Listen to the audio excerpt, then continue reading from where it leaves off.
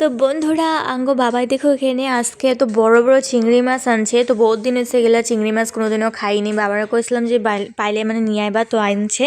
তো আমি এখানে সুন্দর করে চিংড়ি মাছগুলোর ছাপা করছে আর মানে ধুইয়াছে সব রেডি করছি। এখানে দেখো আর একদিকে মানে সকালে মানে খাইবার লিগা রেডি করছে, আর একদিকে মানে দুপুরে খাইবার লিগা মানে এগুলা রেখা দিছি।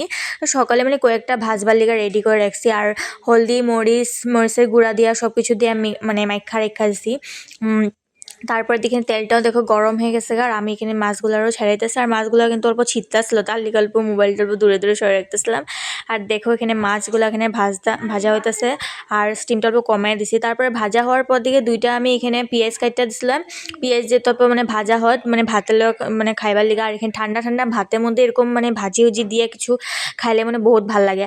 তো আমি ঠান্ডা ভাতে খাইবার লিগে কিছু আসলো না, তো ভাবলাম যে চিংড়ি মাছ কয়টা ভাজা নিই।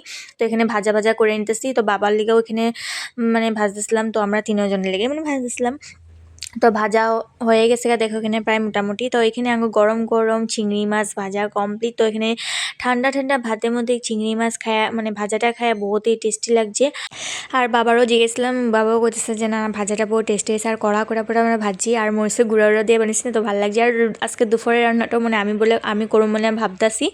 তো দুপুরের রান্নাটাও তোমার শেয়ার করুন। তো আজকে বন্ধুরা এতটুকুই, টাটা।